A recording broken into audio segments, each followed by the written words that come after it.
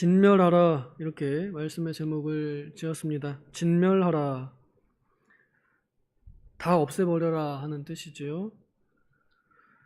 저는 이 여리고 성을 무너뜨리는 하나님의 하나하나의 그 명령들, 또 주의사항들을 보면은 마치 예배하는 모습을 이스라엘 백성들에게 가르치려고 하신 것 같습니다. 여리고성을 무너뜨리는 일은 전쟁하는 일인데, 그 전쟁을 통하여 하나님을 예배하는 방법을 가르치시는 것 같습니다. 나팔을 기르게 불어라, 나팔을 불어라, 하나님의 나팔을 불어라 하며 지상에서 하나님께서 기억하시도록 우리의 소리를 높여 외치는 것, 또 이스라엘 백성들에게 그 나팔 소리를 들려줌으로 하나님께 마음을 향하도록 전도하는 일, 이것도 예배인 것 같고, 또 그 언약궤를 뒤에 두고 앞으로 나아가는 것, 그리고 그 여리고성을 실제로 주변을 발로 밟으면서 답사하는 일은 마치 우리가 그냥 예배당에서 배우는 그 말씀을 생각만 하는 것이 아니라 세상에 나가서 또 가정에서 직접 실천해 보려고 몸부림치는 그런 삶의 예배, 몸의 예배를 가르치신 것 같습니다. 또 나팔 소리가 들리는 동안에는 잠잠하라 하는 그 명령 속에는 우리가 가지고 있는 모든 것들 다 내려놓고 침묵을 하나님께 들려라. 그리고 마지막 나팔 신호에는 크게 외쳐라 하며 입술의 열매를 하나님께 드리는 예배를 가르치시는 것 같습니다. 오늘은 이제 진멸하라 하고 이렇게 또한 여호수아를 통하여서 하나님께서 이 전쟁의 주의사항을 말씀해 주십니다. 오늘 우리가 읽은 본문에는 하나님께서 두 가지를 명령하시는 것을 봅니다. 하나는 진멸하라는 것이고, 하나는 이 라합을 구출하라 하는 그런 명령입니다. 이것은 하나님께서 특별히 이 여리고 전쟁에서 조금 더 신경 써서, 그리고 무엇보다 우선하여서 사람들의 마음속에 각인시키려고 그렇게 말씀을 주신 것으로 볼 수 있겠습니다. 특별히 이 진멸하라 하는 것은 이스라엘 백성들에게 있어서 최우선 주의사항이었습니다. 만약에 이 진멸하라 하는 명령을 어기게 되면 그들이 진멸당하게 될 것이기 때문입니다. 이스라엘 모든 백성들에게 여호수아가 주의시킵니다. 아무도 이 물건들 전리품에 손대지 말아라 하고 이렇게 명령합니다. 원래 이때 당시 지금도 마찬가지고 전쟁에서 이기면 그 전리품들은 전쟁을 직접 참가해서 싸운 군인들의 몫입니다. 그것은 당연한 일입니다. 그래서 이스라엘 전원이 이 여리고성을 함성을 질러 하나님의 능력으로 무너뜨린 다음에 그 성을 밟고 들어가서 거기에 있는 모든 사람들, 가축들을 다 칼날로 치고, 또 거기에 있는 모든 은, 금, 여러 기구들을 챙겨오는 그것은 당연한 일입니다. 그런데 하나님께서는 그것을 가지지 말아라 하고 이렇게 주의사항을 내려주신 것입니다.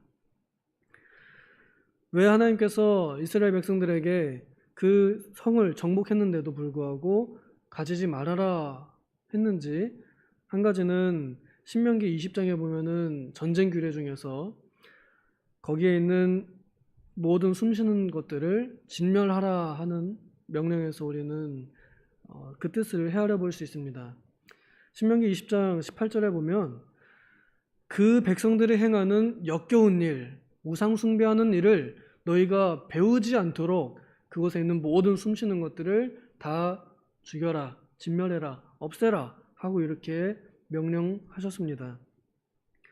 그러므로 이스라엘 백성들이 교훈받을 것은 그들이 하나님께서 주시는 그 땅에 들어갔을 때 원래 그곳에 있던 그 죄의 습관들, 또 죄를 짓게 하는 모든 가능성들, 이런 것들을 뿌리 뽑아라 하는 교훈을 받는 것입니다. 또한 이 전쟁의 승리는 우리가 한 게 아니라 하나님께서 주신 것이다. 하나님의 능력으로 우리가 받은 것이다. 그러므로 이 승리는 우리의 것이 아니라 하나님의 것이다 라는 것을 인정하게 하시려고 이런 명령을 내리셨음을 우리는 생각해 볼 수 있습니다. 특별히 하나님께서는 선이 분명하신 분이십니다. 내 건 내 거, 네 건 네 거, 근데 네 것도 다 내 거. 이러한 선이 분명하신 분이신데 하나님께서 기뻐하시는 사람들은 바로 그 선을 아는 사람들, 하나님의 주권을 인정하는 사람들, 자신의 선이 어디인지를 아는 사람들, 그리하여 자신의 이 하나님 앞에서의 선을 낮추고 경계하는 그러한 사람들, 스스로 낮추는 사람들, 하나님 것을 더 높이는 사람들, 이런 사람들을 하나님께서 좋아하십니다. 이스라엘 백성들에게 지금 이것을 요구하시는 것이 제가 보기에는 이 가나안 땅에 첫 열매를 요구하시는 것 같고, 또 어떻게 보면은 여리고 성이 가지고 있는 이 성의 중요성, 그 성의 무게를 생각하면 가나안 전체의 한 10분의 1 정도 되는 무게를 가지고 있지 않을까. 그래서 하나님께서는 이스라엘 백성들에게 첫 열매, 그 전쟁의 정복의 첫 열매요 혹은 10분의 1, 11조를 이스라엘 백성들에게 요구하시는 것으로 그렇게 또 보여집니다. 이는 마치 그 옛날 오래전에 아브라함이 전쟁에서 이기고 와서 제사장 멜기세덱에게 10분의 1을 바쳤던 것 같은 그런 모습을 보여줍니다. 중요한 것은 오늘날 우리가 전쟁에서 우리가 싸워서 이겼을 때 그것을 어디로 돌리느냐, 이것을 우리가 교훈받을 수 있겠습니다. 우리가 이 어려운 일들, 특히 성전 건축을 해내고 나서 그때 내 힘으로 하였다, 우리 힘으로 하였다, 내 돈으로 했다, 이런 식으로 나오지 않도록 하나님께서 주의사항을 주신 것 같습니다. 누가 물으면 이 성전을 누가 지었느냐, 이 전쟁을 누가 이기게 했느냐, 그러면 언제나 항상 답은 하나님이요 예수님이십니다 라고 나올 수 있도록 그렇게 가르쳐 주시고 주의를 주시는 것 같습니다. 혹시 꼭 성전 건축뿐만이 아니라 교회에서 어떤 일을 할 때 헌금을 많이 내는 분들이 계십니다. 그래서 가끔 그것이 걸림돌이 되기도 합니다. 아니, 내가 헌금한 게 얼만데 왜 내가 요청하는 건 안 들어줍니까? 헌금이 지분인가요? 헌금이 주식인가요? 우리는 헌금을 내고 교회에 주식을 사지 않았습니다. 우리가 헌금한 것은 온전히 하나님께 드린 것이고 또 내가 쓸 수 있는 나의 주권을 하나님께 드린 것입니다. 그러므로 더 이상 그 헌금엔 내 주권이 없는 것입니다. 마치 여기서 이스라엘 백성들이 당연히 자기들의 주권을 주장할 수 있고 당연히 자기들이 받아야 할 그 몫을 하나님께 온전히 바치도록 하면서 자신의 권리를 내려놓고 포기하는 그런 것이 하나님께서 이들에게 요구하시는 예배의 모습인 것 같습니다. 그러므로 오늘 우리가 조심해야 될 것은 나의 권리를 주장하지 않는 것, 하나님 앞에서 나의 권리를 주장하지 않는 것, 하나님 앞에서 하나님의 주권을 인정하는 것, 이것이 우리가 특별히 주의해야 할 주의사항이라고 생각합니다. 또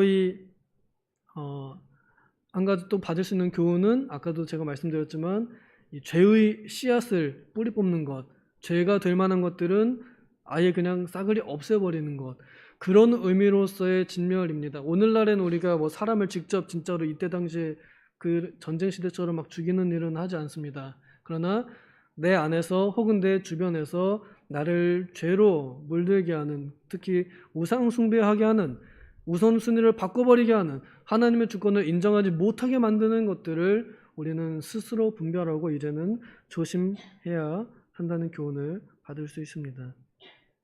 부디 바라건대 쉽진 않겠지만 내 앞에 놓여있는 진멸할 것이 무엇인가 하면 생각해 보면서 오늘 하루 우리 하나님 앞에서 나의 주권과 또 죄의 유혹들을 삭제하는 그런 예배로 하루를 보내시기를 소망합니다. 기도하겠습니다. 하나님 아버지, 우리는 너무나 쓸데없는 것들을 많이 소유하려고 하는 것 같습니다. 우리는 이제 좀 덜어내고, 좀 내려놓고, 필요 없는 것들은 좀 지우고, 삭제하고, 없앨 줄 아는 지혜가 필요합니다. 주님, 오늘 우리의 삶에 내가 진멸해야 할 것이 무엇인지 잘 생각해보는 하루가 되어서 하나님께 하루를 바치는 그러한 날로 보내게 하여 주시옵소서. 감사드리며 예수님의 이름으로 기도하옵나이다. 아멘.